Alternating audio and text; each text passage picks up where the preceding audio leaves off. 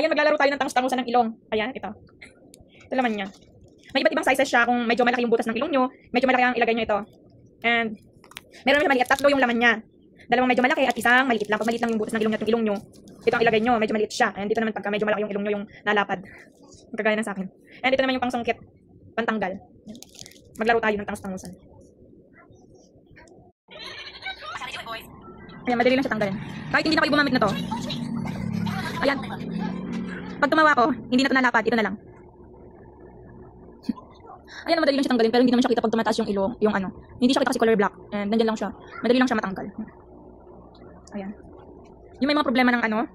Yung ilong na hindi matangos.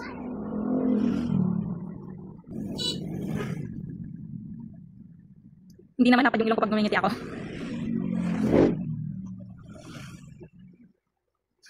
Ayan, matangos na ilong. Hindi ko siya nakakaano kahit gano'n. Andun lang siya, hindi siya halata kahit tumaas ng ano. Ayan, ganyan siya nang mayroon na.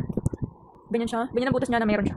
And kahit hindi na kayo gumamit nito, okay lang kasi kaya naman siya tanggalin kahit kamay lang. Para lang kayo nangungulangot. Ganyan ang butas niya. And sanayan lang din. Ayan. And papakita ko sa inyo pag wala. Tatanggalin natin kung ano itsura ko pagka wala yan. Ganda diba? Tumangos ang ilong natin. And tatanggalin natin. Titignan natin. Hindi siya kita. Ayan, tatanggalin na natin. Madali lang siya tanggalin. Ayan lang. Tignan yung butas ng ano, ng wala. Tignan yung butas ng walang ganon. Ayan. Ganyan siya. Nalapad masyado pagka wala yung, pagka wala to, ganyan siya. Nasama masyado sa pisngi. Ayan, tatanggalin na natin yung, ito yung meron na, ito yung wala. Tatanggalin na natin yung ano. Tanggalin na rin natin, di ba pangit pag wala. Tsaka ito, meron. Ayan. Ayan, ang pangit, di ba? Ayan, so lapad. Ayan, pangit. Flat nose.